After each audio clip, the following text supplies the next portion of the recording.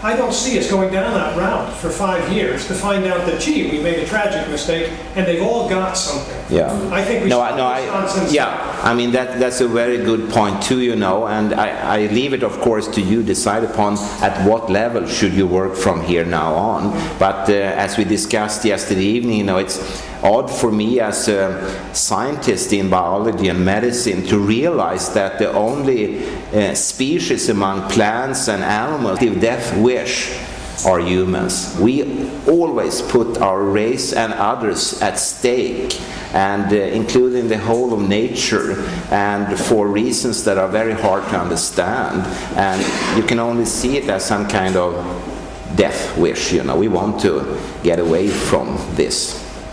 Yeah. Could I just say one last thing, Jim? You can use the microphone. Okay. Because we will all go, and certainly the Northern and the Children's Commissioners, please, should we even be discussing what's the way forward here? I think that's maybe the discussion we should be having, and we have this opportunity.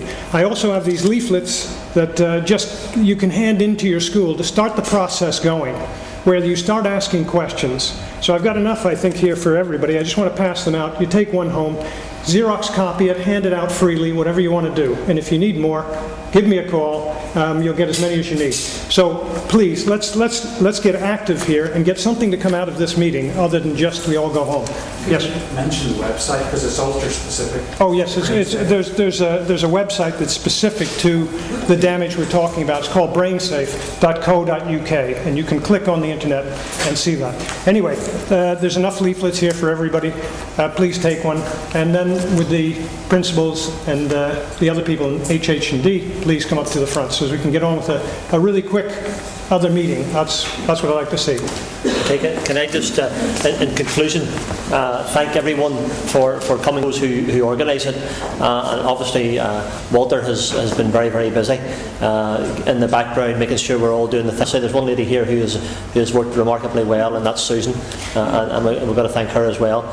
Susan phones you up and tells you, and make sure that you do it. And Susan, that I could have done it without you. To Roland as well, who has been in the background there, getting things organised, making sure the press contacts and the media contacts are made. And a special thanks to Professor Johansson for coming along. By the way, here, Professor, you won't need your skis to get out of here. Well, but we could start the training. Bend your knees, you know. So we will do that. At about 10:15, I looked out the window there. You probably see me looking through the curtains. I looked at the curtains to see just how bad it was getting.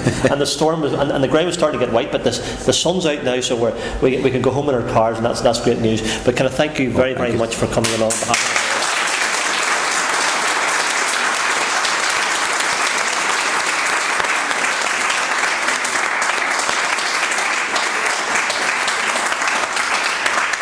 Not every day you have someone of knowledge and tell us about these things that are very, very important for us. That is the end of the proceedings here, because the RNIB are coming in here just after us.